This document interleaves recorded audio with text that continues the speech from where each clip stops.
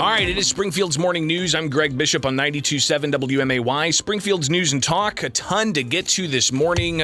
We've been blasting through all of it. And, of course, you can tune in live and local 6 to 9 weekday mornings. You can also follow along with me, Bishop on Air, on Twitter, Facebook, Instagram, YouTube. And if you get a chance, subscribe to the YouTube channel because I do post regular videos of stuff we talk about right here on air, including with your phone calls. And one of those things, the Safety Act. Now, we touched on this in the 6 o'clock hour, but I wanted to dig deeper into the debate that was had on the Illinois Senate floor about the various provisions because it did pass both chambers yesterday. Changes to the Safety Act and no cash bail when it comes to how to treat criminal defendants moving forward. The 300-plus page amendment to the Safety Act filed this week includes language to allow denial of pretrial release for a slew of serious crimes, ranging from murder to kidnapping and more. The bill is now on to the governor's desk once the members of the legislature send that off to him. Now, let's go ahead and hear from the debate. We've got Senator Robert Peters, who was a sponsor of the legislation initially back in 2021 when it passed the previous General Assembly. He had the amendment that was agreed upon by the Democrats and by the members of the progressive Democrats. So they came together and finally worked on the ultimate outcome here. And Senator Robert Peters briefly laid out just some of the particulars of what's going on with this particular legislation. Here he is on the Senate floor on Thursday in Springfield. HB 1095 sets out to what happens on January 1, 2023. The bill adds offenses to the detention net with underlying theme of detaining people who pose a danger and release people who do not. It ensures there is clarity over what constitutes a danger and what constitutes willful flight. The bill outlines the hearing processes, makes clarifying changes to the citation in lieu of arrest provisions, and clarifies what escape means. So those are obviously some of the various things that Senator Peters says the bill contains, but not everybody was on board. You had Senate Republican Jason Barrickman address some of the things that he liked and didn't like about the bill. Mostly he didn't like about the bill. But he also had questions specifically not for Senator Peters. He had questions for Governor J.B. Pritzker. Here is Jason Barrickman yesterday on the Senate floor debating the Safety Act in front of members of the General Assembly. You told the public that your actions to sign the Safety Act into law didn't put the public at risk. Yet today's legislation, introduced by the sponsor, who testified in committee that his actions to add certain offenses as those eligible for detention, denial of pretrial release, that the reason he was adding those is because he identified offenses that put the public in danger and needed to be included on the list. I told you his quote.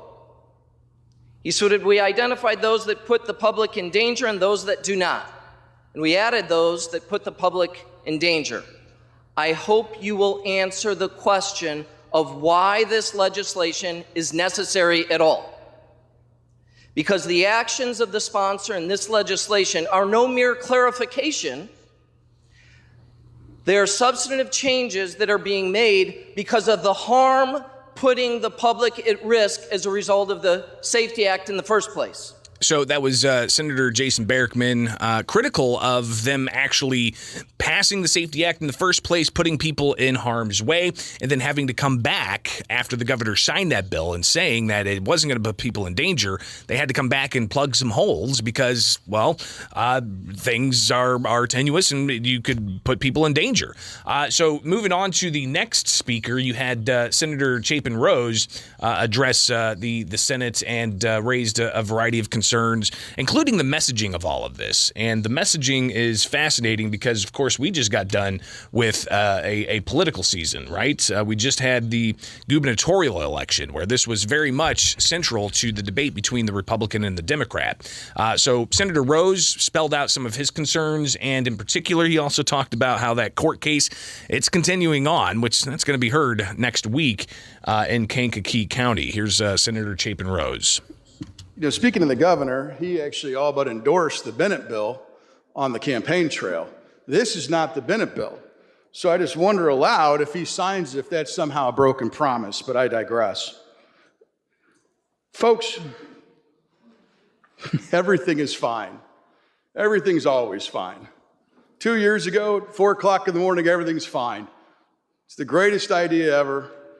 Gonna fix everything, gonna help people. And boy, we better vote for it to do the right thing. Everything's fine. Then came the First Amendment. Whoop, fixed it. Problem solved. Nothing to see here, move along. Then came the Second Amendment. Whoa, hey, now we really fixed it. We promise you we fixed it, people of Illinois. No problems here.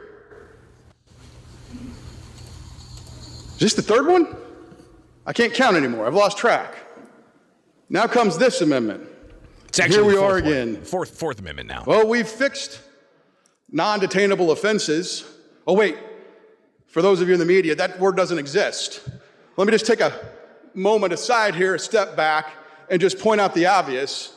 If you can't actually detain someone for committing a crime, then what is it if it's not a non-detainable offense? 8th graders could figure that out. But here we are today. Senator Peters says he's fixed that part.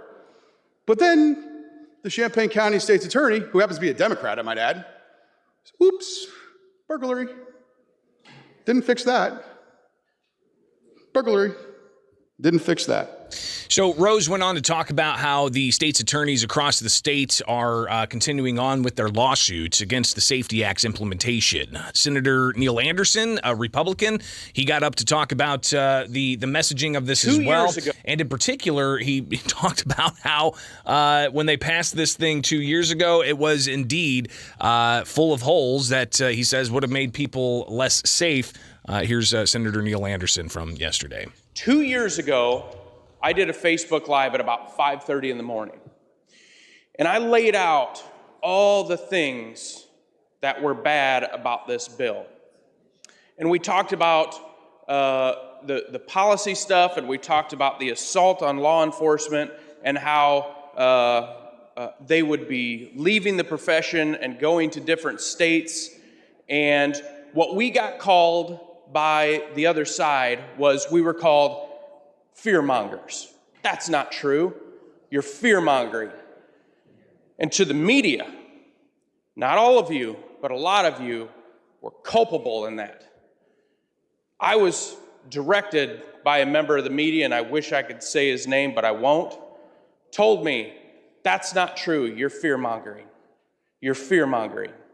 Well, guess what? We're here today to address the stuff that we were accused of fear-mongering about.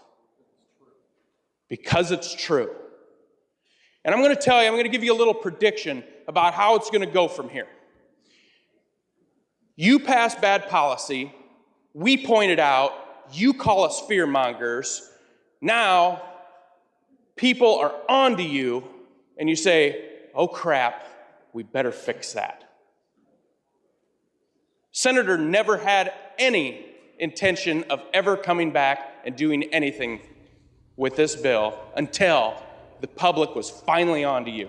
Senator Anderson there, again, talking about the messaging that there was, and even members of the media saying that people were scaremongering and fear tactics, all for politics, and the campaign was brought up. So Senator Darren Bailey, he got up. Of course, he was the Republican challenger to Governor J.B. Pritzker, and he talked a bit about the Safety Act and the impacts he sees having on communities. And moving on to talk about the importance of having actual true transparency when it comes to talking about these things and debating these issues and the minutia. We have to have that public hearing, but we really didn't get that until the last 2 days of legislative session when they released a bill and then they brought it up in committees and spit it out on the separate House and Senate floors. So here's Senator Darren Bailey talking yesterday about the Safety Act and the amendments and the lack of transparency during debate on the Senate floor. It's a slap in the face to every police officer. It's a slap in the face even to our state's attorneys who obviously don't have a voice here.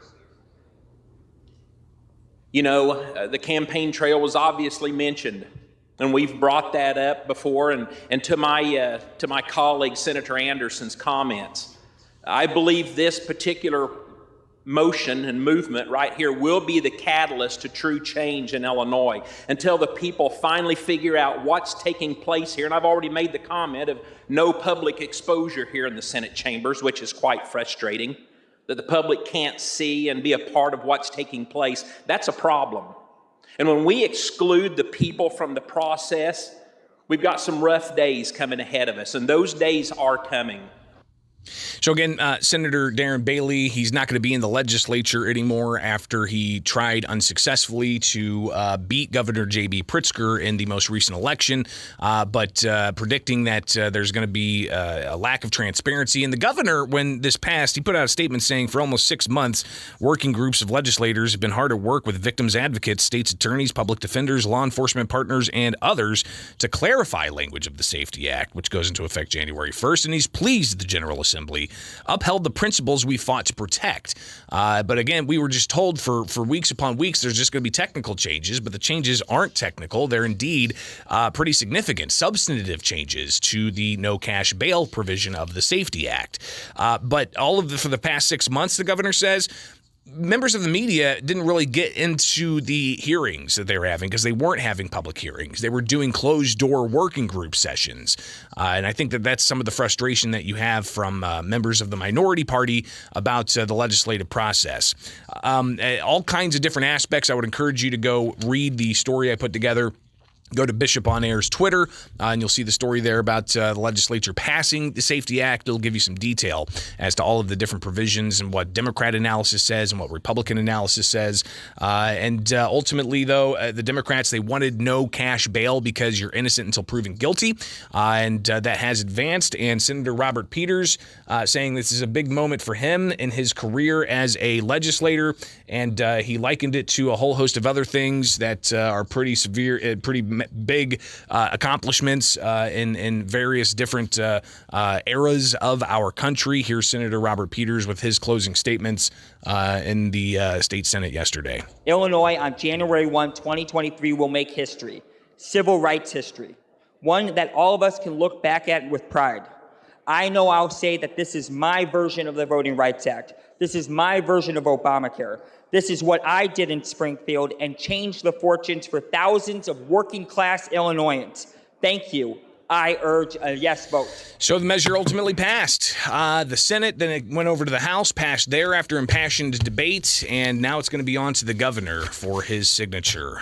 So that's some of the debates, and I anticipate Republicans might be onto something with them coming back to deal with a variety of other issues of the Safety Act, because they even raised that it doesn't include burglary as one of the provisions, though the Democrats say it does include burglary. It's just limited as to who can be detained for that. That's the latest here with Springfield's Morning News. I'm Greg Bishop on 92.7 WMAY, Springfield's News and Talk.